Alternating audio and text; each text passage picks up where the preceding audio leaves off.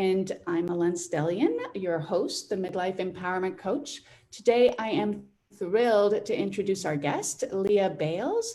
Lea is a holistic life and success coach, speaker, and author, and the founder of Body Mind Brilliance. She's been called a marvelous magician who helps us transform into our most loving and glorious selves, and a voice of healing, empowerment, and love with a capital L.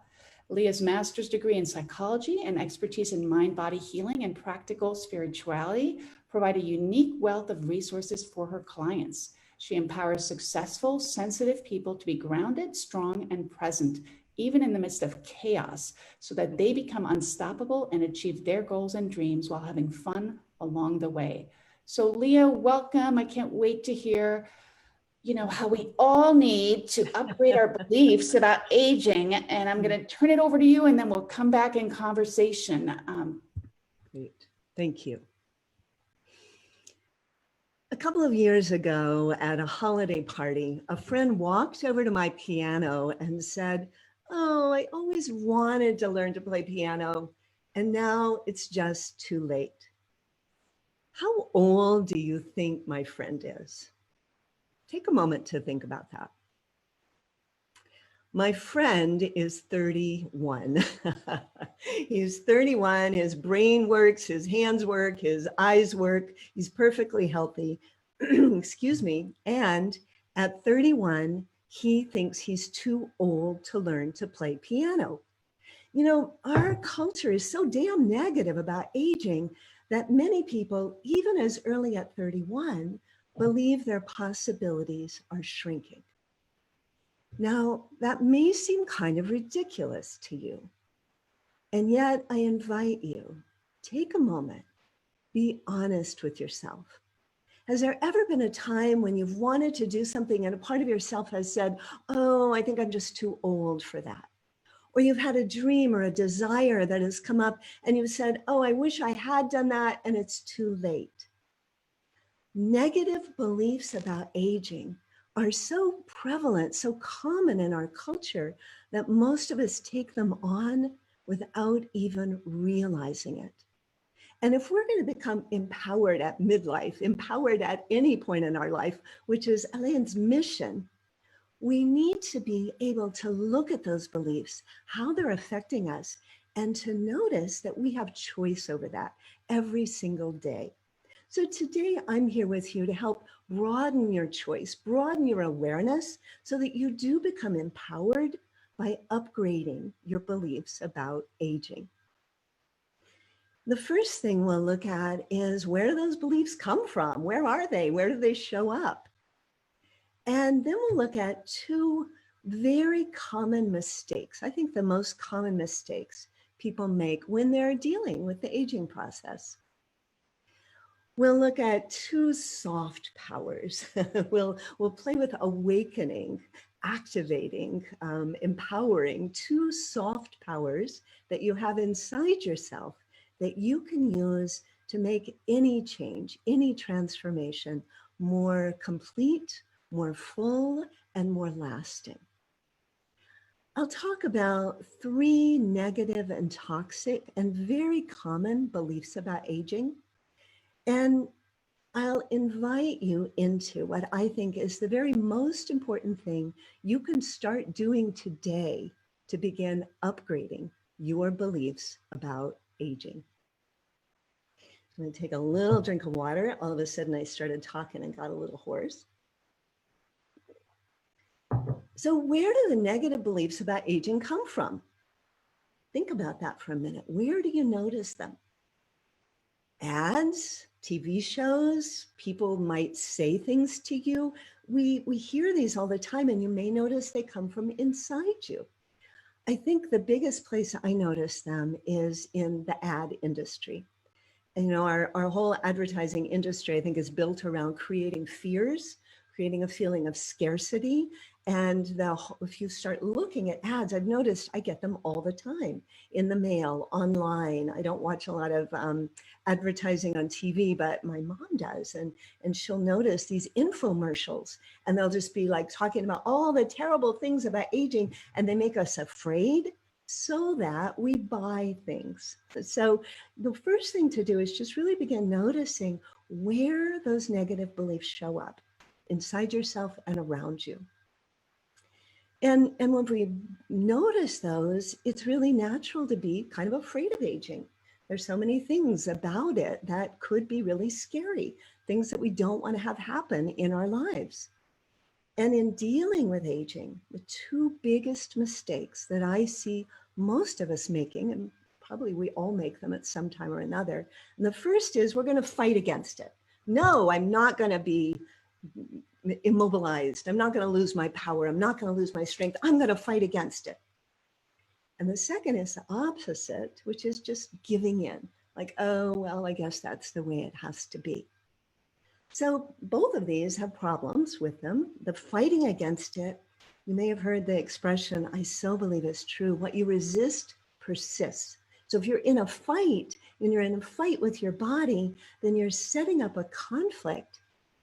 And if you just totally give in, like, oh, well, that's how it has to be. I guess the aches, the pains, the losing strength, the losing my brain power, all those things are just going to happen. You don't believe you have choice or ability to change it. So those are kind of the opposite of each other that I see happening so often. And what I don't see happening very much is a place in the middle that gives us a lot more freedom and a lot more choice. And the best way to go into those is into that middle place where we've got lots of choice is by activating the two soft powers that I mentioned earlier. So these soft powers are not the kind of power over, they're not the fight struggle power. They're powers that in our culture are really underestimated and undervalued, and they're so important for any change, whether it's changing your beliefs about aging or changing any part of your life. The first one of those soft powers is the power of love, and the second is the power of play. So if we think of approaching our age, whatever age we are, and the things that are happening, the reality, not with a sense of I'm going to battle this, but a sense of kind awareness, of kindness, like, wow, there are things in my life and in my body that are different than they were when I was 30. Like, wow, I'm going to notice those kindly and work with them. You might notice kindly, lovingly, I do have some fears about aging, and I'm going to work with those. And we get into the second power. I'm going to play with those. I'm not going to fight them. I'm going to play with them, because we know when we activate the power of love and kindness, when we activate the power of play, we become smarter. We become more creative. We're able to look at more choices. We have more fun, and we become more effective.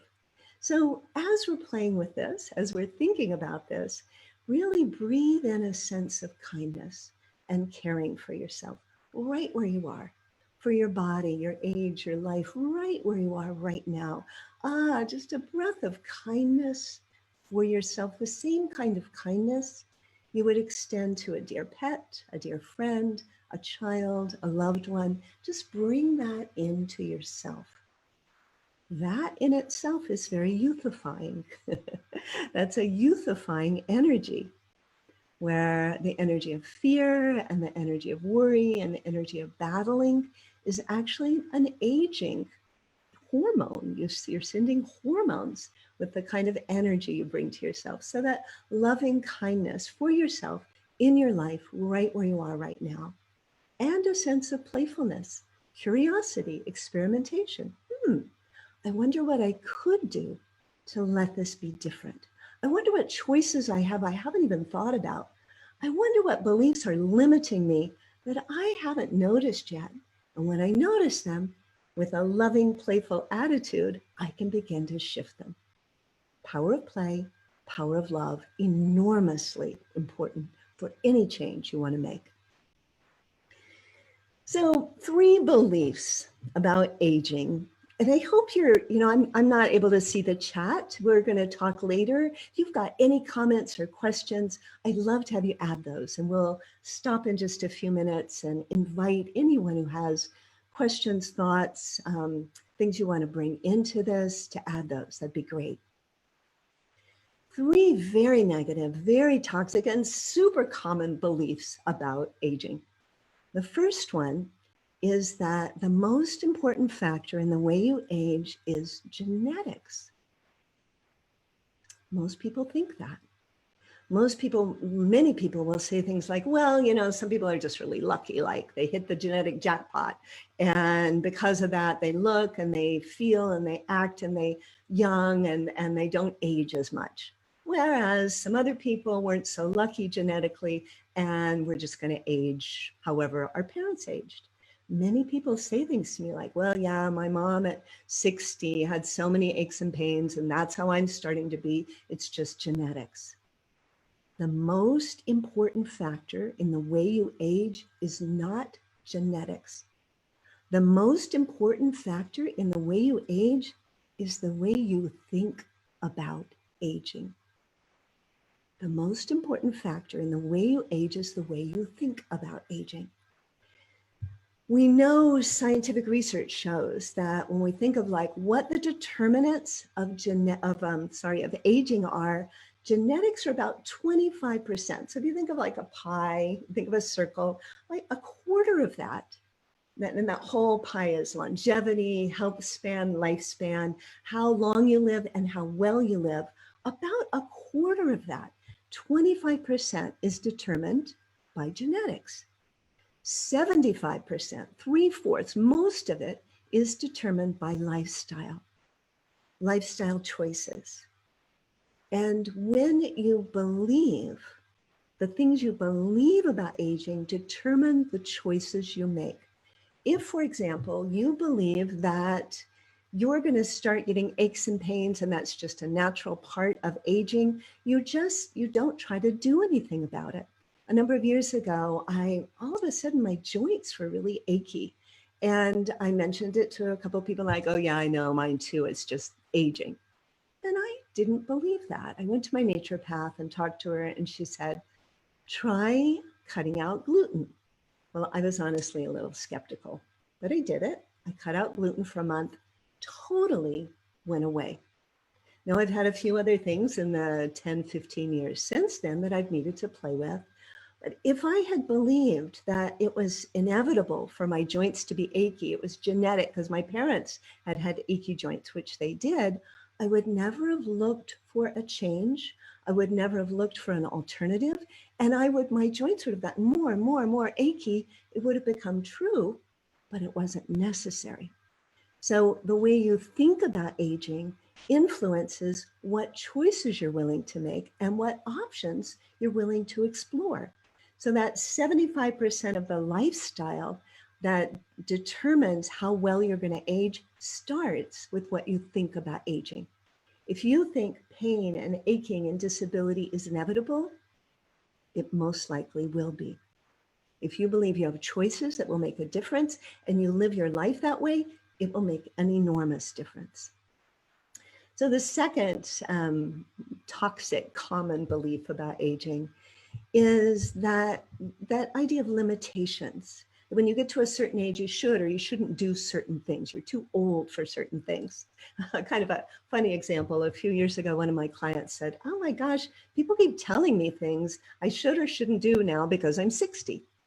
And one of them was one of her friends had said, oh my gosh, you shouldn't wear shorts that short. They were going to play tennis and she was wearing short shorts. Well, of course, anyone can wear shorts if they want to. But there is kind of this idea that at a certain age, you go out in public, it's better not to wear shorts. I'll tell you, this client's legs look like Tina Turner's legs. I mean, why would she ever stop wearing shorts? Her legs look better than mine looked at 30. But other people's idea was they were imposing on her the idea that because she was a certain age, she shouldn't wear shorts. She's probably going to get to wear shorts and look great till she's 80. Who knows, forever. And people will often say, oh, you're too old to wear your hair a certain way. You're too old to do certain things. You get to decide that. And we also notice, like my friend that I first told you about, who said he was too old at 31 to learn to play the piano, we have those ideas in our mind, those filters. So begin noticing. When they come from other people, decide for yourself if it's true or not. When they come from inside you, limitations of what you're too old, it's too late to do. And the third that we've kind of talked about a little bit, negative toxic belief that's so common, is that decline is inevitable. That physical decline, mental decline, that you're going every year to get shorter, and you're going to get weaker, and you're going to lose balance, and you're going to have more aches and pains. Most of what we call the negative effects of aging are misuse of our body. Now, again, being kind, if you're experiencing some of those, not blaming yourself, but knowing there are things you can do to either reverse that, to slow it down, or sometimes to entirely prevent it. And it starts with believing that what you do makes a difference and knowing that nothing's inevitable.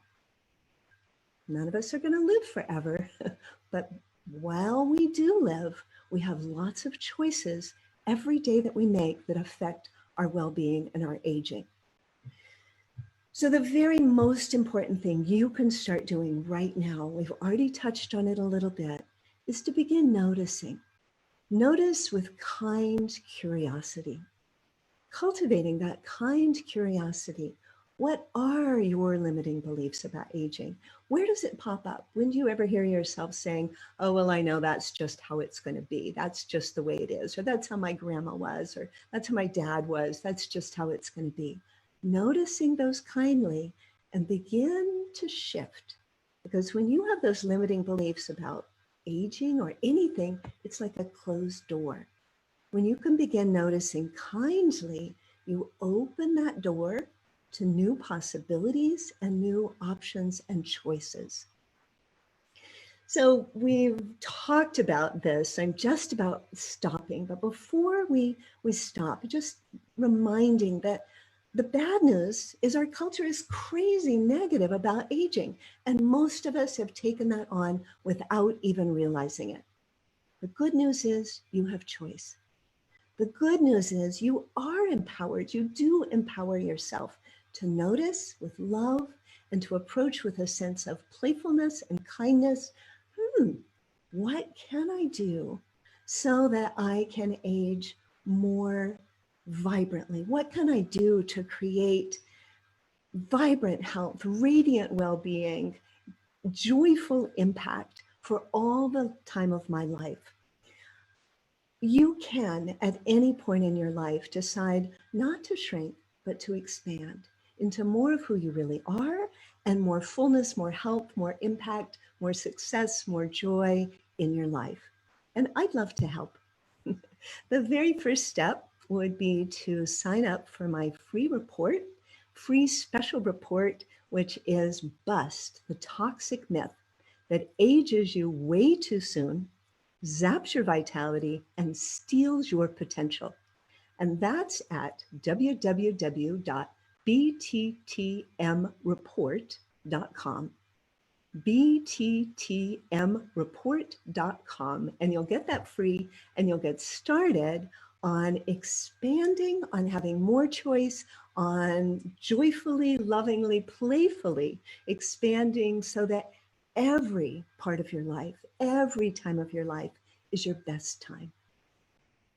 Now, for those of you listening live, I have a little bit of an embarrassing thing, which is I realized this morning that link may not be working. Actually, what you're getting is an older version of the report. So go ahead and sign up. You'll get the report, and this afternoon I will send you the new report. So sorry about that. And if you are listening to this later, I'm sure that will be finished. It's www.bttmreport, Bust the Toxic Myth, bttmreport.com. Thank you so very much. It's been wonderful to be with you, and I'm looking forward to hearing what you have to say and your questions. Hi, well, that was wonderful, Lea. Thank you so much for sharing such powerful information. So much of it felt so important to me. I thought about how much our parents not just in terms of genetics, but also in the way they model, or we model for our own children, right? How we age and our attitudes about aging, how much that can also play a part in how we view aging, the way our parents are going through it. You know, those of us who are lucky enough, and I still have my parents and my husband still has his parents, so, you know, all in their 80s.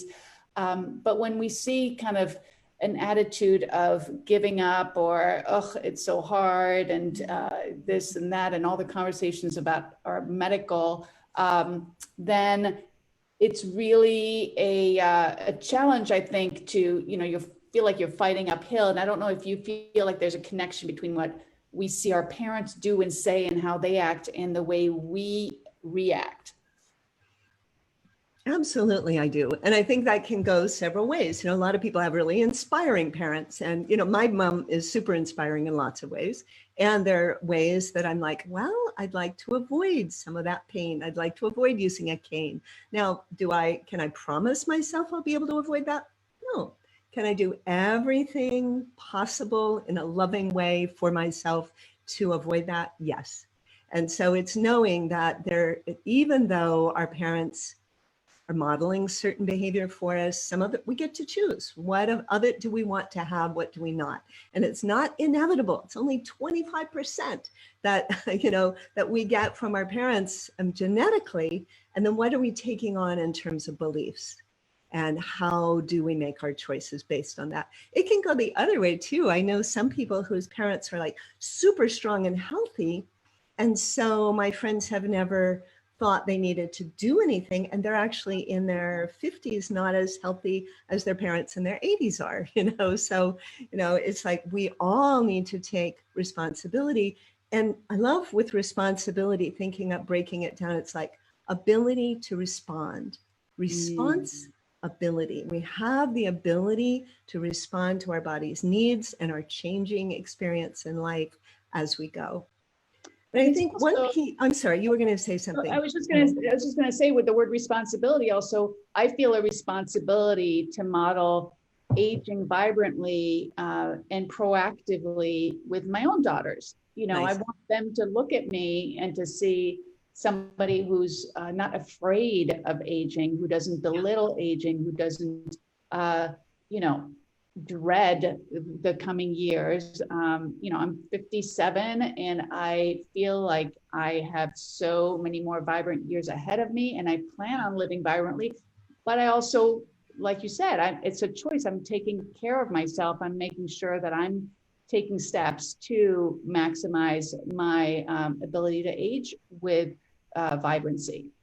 I think that's so important. So really, in a way, what you're doing is that's part of your legacy to your children, you know, is that awareness of that. And I think it's important to look, not just that things don't necessarily get so bad, but what gets better, you know, like what have you noticed? So I'm 65, and there are definitely things that are better now than they were 20 years ago.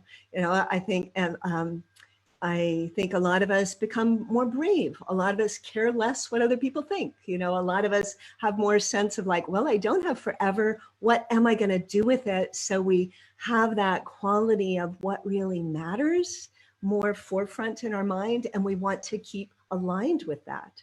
Yeah. What do you notice that's better now than 10 or 20 years ago? Oh, yeah. I mean, I notice I actually feel stronger. Like my body feels stronger than it did then, because I think I've taken up more of a comprehensive workouts. I'm willing to try new things, and I'm doing more weight training, which is, you know, so important. Yeah. So I definitely feel like physically and honestly being able to shed a lot of the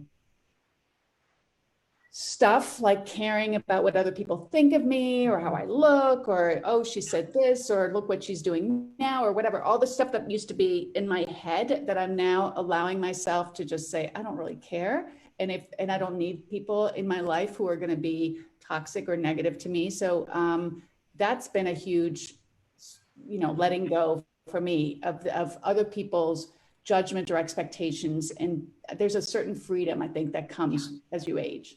That was the word that was coming up for me when you were talking. It's freedom. Yeah. Freedom to explore, to be more parts of yourself, Yeah, and that I see over and over with people when they make the shift to realize, oh, maybe there are some things now that are actually better. What might they be? You know, when I turned 50, I realized I had this kind of feeling of dread about it. And I was imagining this downhill slide. Yeah. And then I realized that's not really how I felt. What I felt in my body was this rising of creative energy. You know, I felt this sense of new freedom, new possibilities. I was an empty nester. I had all, you know, more freedom in lots of ways than I'd ever had. Yeah. And so it was like this lid that was the beliefs that was like, oh no, I'm 50. What is, oh no, menopause is coming. And then the reality of like what I really was experiencing. So we have to like let go of, shed, like you said, some of those layers of limiting beliefs and cultural ideas to be true to what's actually trying to happen, which I think often is a rising of creative energy. I absolutely agree. I feel more creative and empowered and open now than I ever have in my life because Right. I think I don't carry the burden of what shoulds, you know, I should be doing this, I need to be doing that, I'm expected to do this. And it's really becomes about me. What do Mhm. I want? What do I want to create? And how do I want to live my life now? And it's a wonderful opportunity at this age in our lives to, after we've done so much serving, so much giving, so much caring, to be a little selfish, honestly, to start thinking a little bit more about putting ourselves first. So that's a big message that I talk with women about. Like, put yourself, it's okay. It's okay for you to focus on yourself now and what you need. You've done so much for everybody else, especially as women. I mean, I think it's baked into our nature to a certain extent. And certainly when we choose to have partners and children and or taking care of nieces and nephews or other young people in our lives, we're kind of wired that way to a certain extent. At least many of us are. And to be able to say, okay, it's not like you stop being a parent or a caregiver. And honestly, you know, then you've got parents and you start caring for them in a different way. But it's okay for you to say, okay, now it's my turn. And you know what comes up for me when you say that? I absolutely believe that. And there's a certain way that when we shed what we think we have to do, what we're supposed to do, and we really get clear, what is it I want? We become often of bigger service. Like Yeah, you've started this whole, your whole, you know, women empowerment, midlife empowerment movement from that place of what do I really want, right? yeah, And so in being, quote, selfish, you're serving in a really big way. And I think that often happens. You know, we get more clear, and maybe it's more that soul path, that like yeah. that deep inner, like, what am I really here for? And by letting go of what we should do, that becomes more clear, and our service may even get stronger, but not from a place of should. Exactly. Yeah, no, love What that. we start doing is looking for the models. Maybe they're exceptional, and we might think, oh, that's really rare. Why not be exceptional if that's what you want? You know, That's like, right. Yeah, yeah. you can choose, and there's so much of what you talked about is about you know, attitude and mindset, and I'm a Mhm. huge believer in that too. You get to choose, and I think starting with awareness, with noticing, and then making small changes, small shifts, and Mhm. questioning things around you, like what you're hearing on TV or how people are portraying. Oh, you know, so and so wore this or whatever. To be able to you know, to counter that, even if it's just within you, and say, no, I think I'm okay with that. You know, I think it's okay for it. Does really, age is just a number, and Mhm. it really is a lot about how you feel and how you think about yourself, regardless of what the number is on your, you know, birth certificate. And you're actually, when you start doing that, you start looking for people who are the exception. Like you're resetting your brain, the part of your brain, the reticular activating system, whose job it is to look for evidence to support what you believe.